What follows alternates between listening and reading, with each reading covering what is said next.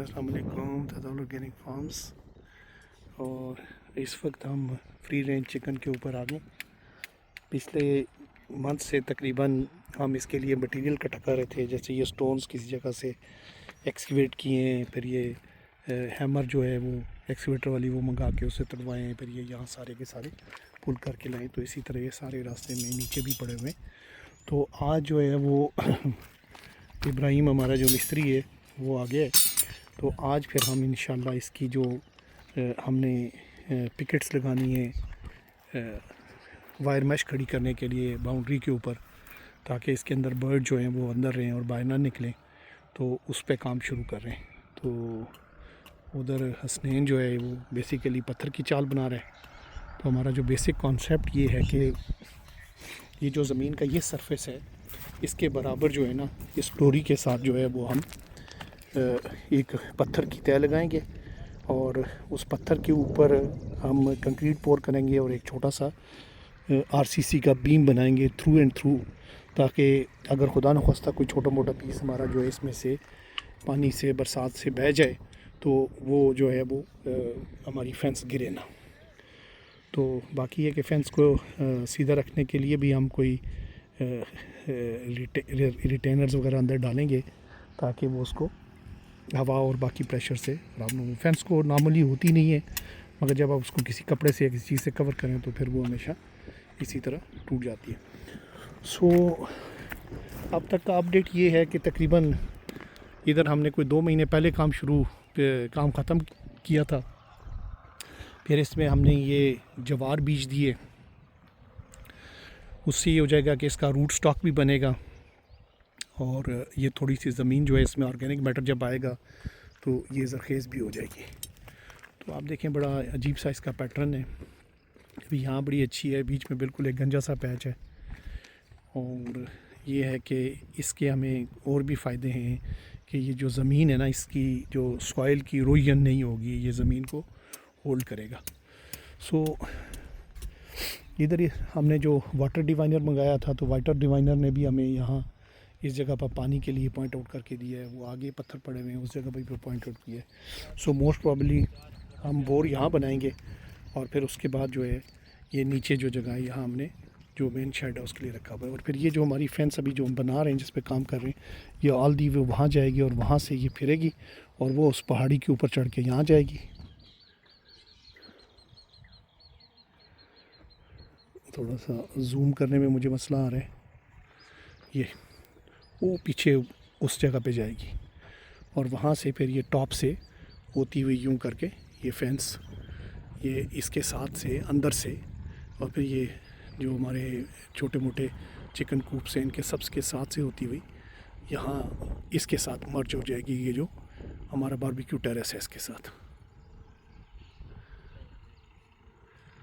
और फिर वहाँ से फिर यहाँ से नीचे शुरू होगी और ये इस तरीके से आती हुई यहाँ से इधर निकल आएगी। सो अभी सरे दस्त मेरे ज़हन में 3 गेट हैं इसके। एक ये जो दरख्तों के साथ है, यहाँ एक दरवाज़ा बनेगा, एक उधर पुल के नीचे बनेगा, और एक होपफुली स्टॉप वाली समिट पे, ताकि आप तीनों रास्तों से जो है वो नीचे इस एरिए में आ जाएँ। और इंशाल्लाह ये हमारे पास कोई तकरीबन 150 फुट लेंथ और तकरीबन कोई 125 फुट की विड्थ हमारे पास अवेलेबल है। तो यहाँ हम फिर इंशाल्लाह चिकन का शेड बनाएंगे और मोस्ट प्रॉब्ली यहाँ छोटी मोटी रहने वाली अकोमोडेशन, जो बंदा 24/7 यहाँ रहेगा उसके लिए स्टोर, और मे बी एक छोटा सा ऑफिस टाइप या ऐसी चीज़ जहाँ मतलब बैठ के ना आप इसके जगह के हिसाब किताब और बाकी चीज़ें कर सकें, और पानी की टैंक। तो दुआ करें कि इंशाल्लाह ये हमारा काम खैरियत से पहुँचे। तो अभी ये पिकेट्स बेसिकली मैंने बाज़ार से मंगवाई हैं। अब ये पिकेट जो है ये इस इलाके में इसको टी आयरन कहते हैं। ये बेसिकली इसकी फ्लैट साइड वो है और इसके बीच में एक सेंटर में ये रिब है, और ये छतों के ऊपर डली होती है और ये छतों से निकलती है और काफ़ी रोबस्ट होती है, क्योंकि इसके ऊपर बहुत सारी मिट्टी गारे और इसके ऊपर जो टाइलें डालते हैं उनका भी वज़न होता है। तो ये इसको हमने इस तरह ही लगाना है जैसे ये तकरीबन लगी हुई ऐसे ही लगेगा, और इसके साथ जो है ना फेंस लग जाएगी। इसको हर फुट पे हमने सुराख किया हुआ है, ताकि जो भी फास्टनर इसमें डालें उसको अपनी जगह पे होल्ड करे और हमारी वायर आगे पीछे मूव ना करे।